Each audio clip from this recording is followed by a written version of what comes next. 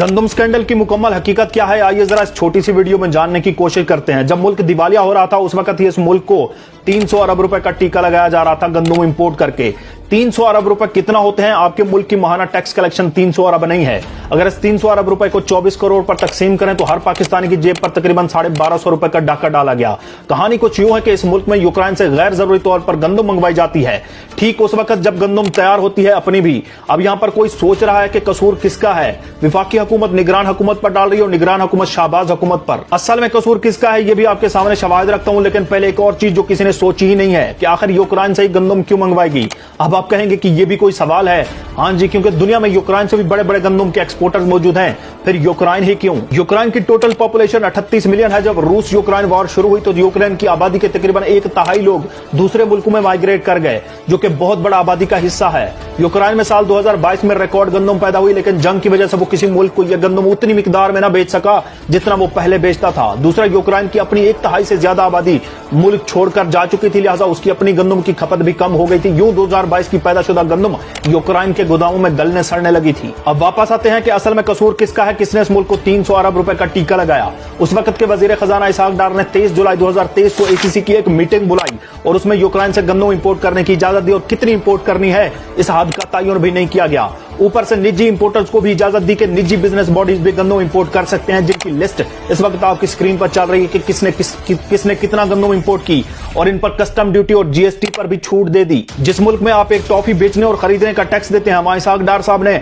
अरबों रुपए के इंपोर्टर्स को टैक्स में छूट दे दी। और जिस मुल्क में आप एक चॉकलेट भी लेकर आए तो उस पर कस्टम पे करना पड़ता है, वहां लाखों टन गंदम इंपोर्ट करने वालों पर डार साहब ने कस्टम ड्यूटी पर ही छूट दे दी।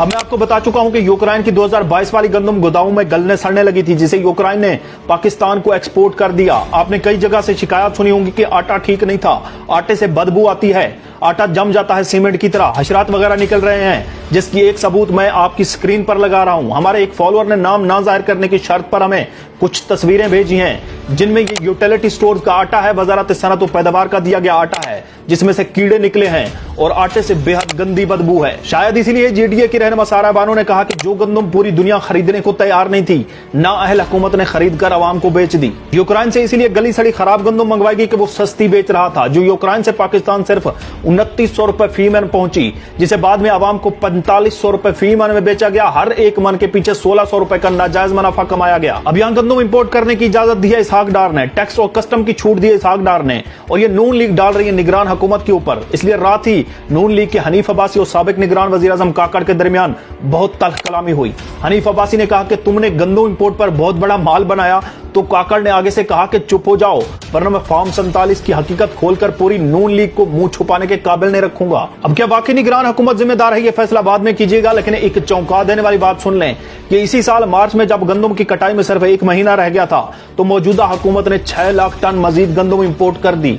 और इससे भी मजीद चौंका देने वाली बात यह है कि इस वक्त जब इस मुल्क के गंदम बेमोल होकर धक्के खा रही है तो मुबैना तौर पर 2 मजीद जहाज इस वक्त भी कराची बंदरगाह पर गंदम की शिपिंग उतारने के लिए खड़े हुए हैं, जिससे अब किसान की गंदम रोल गई। किसान हर जगह रो रहा है, लेकिन माल बनाने वाले अरबों रुपए लूट कर जा चुके और किसी के खिलाफ कोई एक्शन नहीं लिया गया। इससे कौमी खजाने को तो 300 अरब रुपए का नुकसान पहुंचा ही पहुंचा, साथ में पाकिस्तान के मजमूई किसानों को भी खरबों रुपए का नुकसान पहुंचा है, जो दरअसल डायरेक्टली पाकिस्तान का ही नुकसान तस्वर किया जाए। इस पर बहुत से मजीद पॉइंट्स और तफसीलात मेरे पास थी। मैं चाह रहा था कि एक पूरा व्लॉग यूट्यूब पर करूं, लेकिन यूट्यूब पर एक तो मेरी व्यूवरशिप इतनी नहीं है और ना इतना वक्त होता है, लिहाजा टिकटॉक और फेसबुक के प्लेटफॉर्म पर कुछ हल्की सी कोशिश करके चंद फैक्ट्स आप लोगों के सामने रखे, ताकि आप जान सके कि इस गरीब आवाम को किन किन तरीकों से लूटा और नुकसान पहुंचाया जा रहा है और अपनी नस्लों को संवारा जा रहा है।